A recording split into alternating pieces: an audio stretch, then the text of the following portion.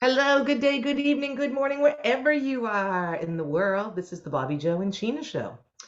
This is day 3 of us doing our Thinking into Results coaching program. Day 3 is lesson 3, which is your infinite mind and using your mind to get the results you want. And I have a quote here from Earl Nightingale, and then I'll let Sheena take it away.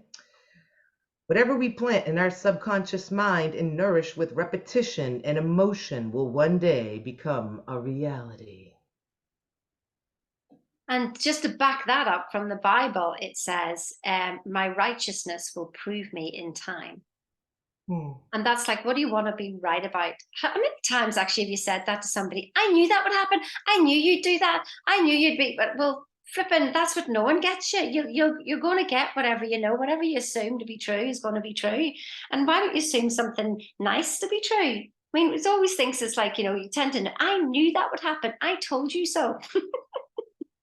So the way I see these lessons, like lesson 1 for me, even though we talked about goals and whatever, it's really the consistency of your vibration. So, are you, jumping up and down with everybody in the outside world, or are you deciding who you are right here, right now?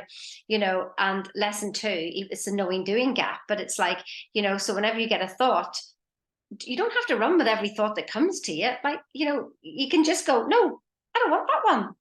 I'll have another one. Like, you don't have to go with every thought that comes to you. But lesson 3, I love lesson 3 because this is choose your story.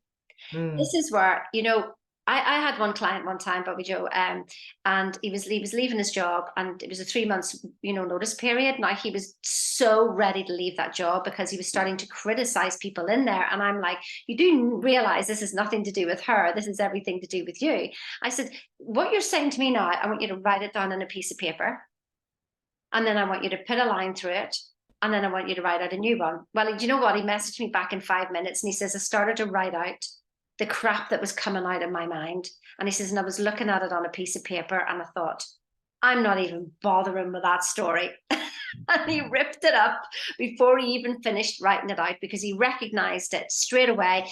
See, writing it down takes us out of the emotional aspect of it. It's the we want to be objective, not subjective about our problems. We want to look at it from a third party point of view. And if we do that, when you write it on a piece of paper, you go, oh my God, if anybody read that, I would be so embarrassed. But it's okay to say it in here. No, it's not. No more. So write it out, rip the damn thing up. Bob would say, burn it, and then write out what you want. Now, I had this conversation with Wolfgang this morning because we don't just do it once. We feel shifts and shifts and shifts. And I said to him this morning, I said, I think there needs to be a revamp on who you are and what your story is. I want you to write it out and I want you to read it. I want you to stick to the script and be right about your new script, not yesterday's script. Be right about today's script, what you want it to be, and your righteousness will prove you in time.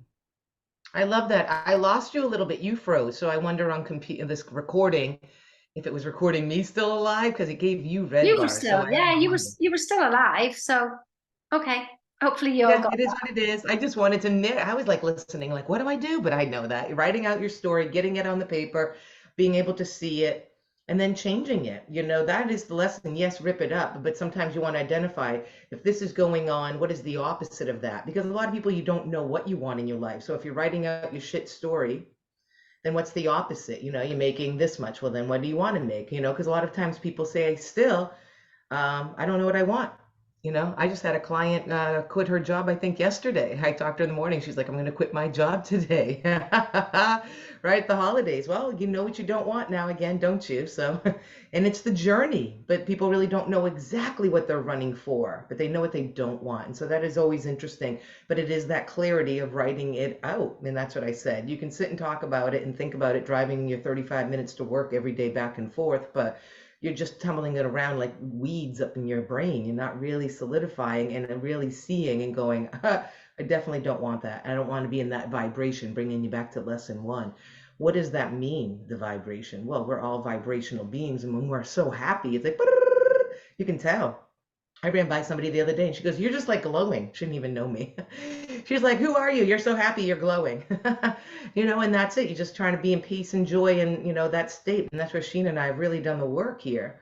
It's every day witnessing, noticing, and yes, it's not okay. If you don't even want to write it out and you're too embarrassed for somebody to see that, you have no right to have it taking rent up here in your head. Get rid of it. That's why I just say awareness is my number one word, the consciousness and the awareness of what you're constantly thinking and feeling, because there's a lot of garbage you got to go through. So that's all we have for you today. At the end of lesson one here, at lesson 3 here, though, was responsibility. And you're only responsible for you in this world, and it talks about this, I love it, but it's like, I am responsible for the results in my life. I'm responsible for my happiness. I'm responsible for my health. I'm responsible for my wealth. I am responsible for my emotional state. Regardless of what has happened in the past, the future lies ahead with an open slate, sorry, I can't read in the morning, waiting for me to take control and create a wonderful life for myself. So there you have it. What does a wonderful life look like for you?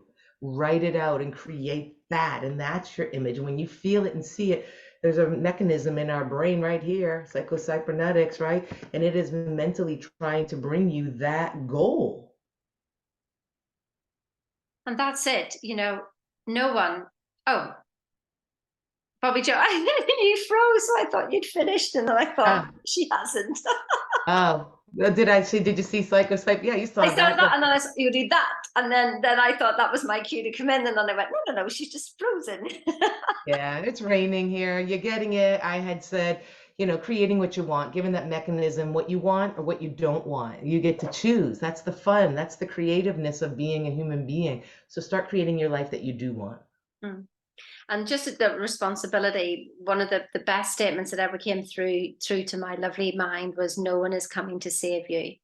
And when you Ah, can really get that, I mean, really understand that this is all on you and all on your thoughts, and 100%. I remember Sandy Gallagher saying that. She says, when you take 100% responsibility, but then I was like, I would get caught up with that. Well, I thought everything was happening to us. But what I realized was, by taking 100% responsibility, you can also pass over 100% responsibility.